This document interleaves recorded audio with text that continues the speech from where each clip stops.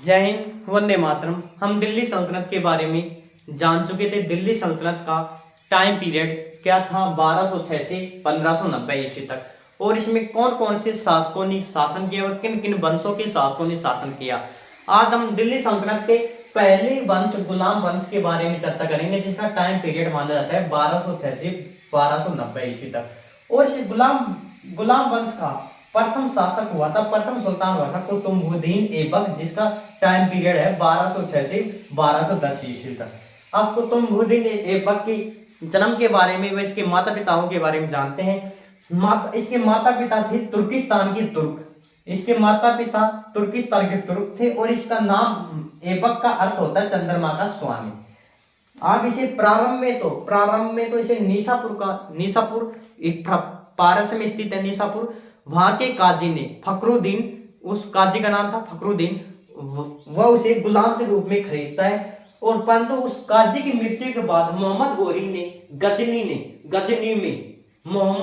ने गजनी में खरीद उसे गुलाम के रूप में खरीदकर आकुर का पद दिया। आकुर का मतलब होता है अश्वशाला का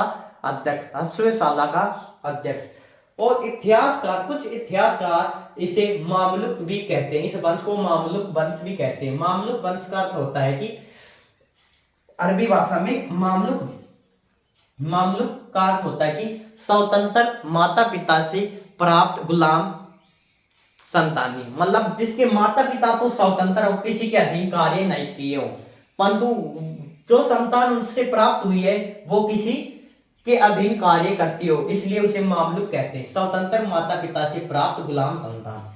और 1206 में गोरी की मृत्यु के बाद, मोहम्मद गोरी की मृत्यु के बाद 1206 में लाहौर की स्थानीय जनता के आग्रह के कारण यह दिल्ली सल्तनत का सुल्तान बनता है। ये हमने कुतुबुद्दीन ऐबक के बारे में जाना। कुतुबुद्दीन ऐबक के बारे में और बातें हैं। कुतुबुद्दीन ऐबक के माता पिता के बारे में जाना और इसे कौन खरीदा, वह किस प्रकार ये मोहम्मद गोरी के पास गया और किस प्रकार ये गुलाम वंश का प्रथम सुल्तान बनता है, वो जाना। अब जानते हैं कुतुबुद्दीन ऐबक के बारे में। और कुतुबुद्दीन ऐबक 1206 में मोहम्मद गोरी की मृत्यु के बाद लाहौर की स्थानीय जनता के आग्रह के कारण यह दिल्ली सल्तनत का सुल्तान बनता है। और कुतुबुद्दीन ऐबक भारत में तुर्की राज्य का संस्थापक माना जाता है। कुतुबुद्दीन ऐबक को भारत में तुर्की राज्य का संस्थापक माना जाता है। ये इंपॉर्टेंट फैक्ट है। कुतुबुद्दीन ऐबक को भारत में तुर्की राज्य का संस्थापक माना जाता है। और इसने जब दिल्ली सल्तनत की गद्दी पर बैठा तो यह मलिक की उपाधि धारण करके बैठा, न कि सुल्तान की उपाधि धारण करके नहीं बैठा था कुतुबुद्दीन ऐबक, इसने मलिक की उपाधि धारण करके बैठा था। और ऐबक के कुछ निकनेम है लाख बख्श और हाथियों के दान की कहानी से पील बख्श भी कहा जाता है। इसके निकनेम ध्यान से सुनना, लाख बख्श और हाथियों के दान की कहानी से पील बख्श कहा जाता है। और इसे कुरान खा भी कहा जाता है। कुरान खा कहने का कारण है कि ये कुरान का मीठे स्वर में एकदम सुरीली आवाज में गायन करता था, इसलिए इसे कुरान खा जाता है। और इसे आत्म द्वितीय भी कहा जाता है। इसके निकनेम है लाख बख्श और हाथियों के दान की कहानी से पील बख्श और कुरान का सुरीली आवाज में गान करने के कारण और आत्म द्वितीय। दिल्ली की प्रसिद्ध कुतुब मीनार की नींव इसने डाली थी, परंतु इसने कुतुब मीनार का कार्य पूरा नहीं किया था। कार्य पूरा करने का श्रेय इल्तुतमिश को जाता है और नींव डालने का श्रेय कुतुबुद्दीन ऐबक को जाता है। और यह नींव किसकी याद में डाली जाती है? ख्वाजा कुतुबुद्दीन बख्तियार काकी की याद में। ये इंपॉर्टेंट फैक्ट है। कुतुब मीनार की नींव किसकी याद में डाली गई? ख्वाजा कुतुबुद्दीन बख्तियार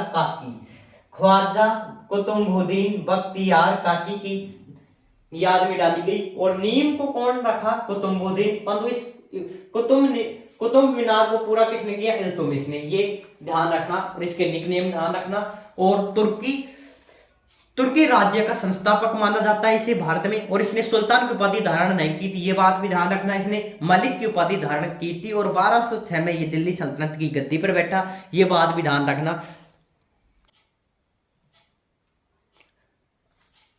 कुतुबुद्दीन ऐबक के बारे में जान रहे थे। अब अजमेर के शासक चौहान सम्राट विग्रह चतुर्थ के द्वारा बनाया गया संस्कृत विद्यालय को तोड़कर, कुतुबुद्दीन ऐबक ने तोड़कर 2.5 दिन का झोपड़ा बनाया था।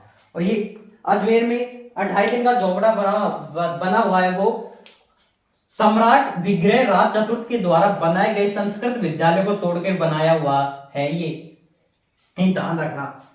फिर इसका एक और होता है सैनिक वफादारी, जिसने एक जो होता है इख्तियारुद्दीन मोहम्मद बिन बख्तियार खिलजी, इख्तियारुद्दीन मोहम्मद बिन बख्तियार खिलजी, जिसने नालंदा विश्वविद्यालय को जलाकर नष्ट कर दिया। यह सबसे बड़ा नीति था, जिसके कारण आज भारत इतने पीछे है, जिसने हमारी इतनी बड़ी यूनिवर्सिटी नालंदा विश्वविद्यालय को जलाकर नष्ट कर दिया था, जिसके कारण अनेक दुर्बल पांडुलिपियां जलकर नष्ट हो गई थी, जिसमें किस किस प्रकार के ग्रंथ लिखे हुए थे। आज भारत की अलग स्थिति होती अगर ये नालंदा विश्वविद्यालय होते। ये ऐसे थे, न तो खुद सफल होते न दूसरे को सफल होने देते, ये ऐसे थे।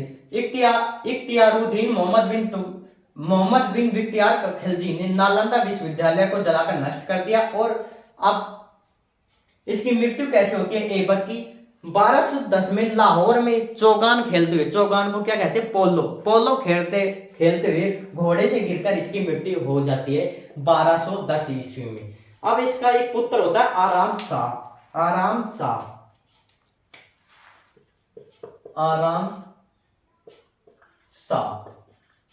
जिसने मात्र 8 महीने शासन किया था। 8 महीने। ऐबक का पुत्र होता है आराम शाह, जिसने मात्र 8 महीने शासन किया था, परंतु इसके बाद इल्तुतमिश आता है। आराम शाह के बारे में पढ़ने के लिए ऐसे कोई खास बात नहीं है, बस ये बात ध्यान रखना। आराम शाह किसका पुत्र था? ऐबक का, जिसने मात्र 8 महीने शासन किया था। और इसकी मृत्यु, ऐबक की मृत्यु कैसी हुई थी? 1210 में लाहौर में चौगान मतलब पोलो खेलते हुए घोड़े से गिरकर इसकी मृत्यु हो गई।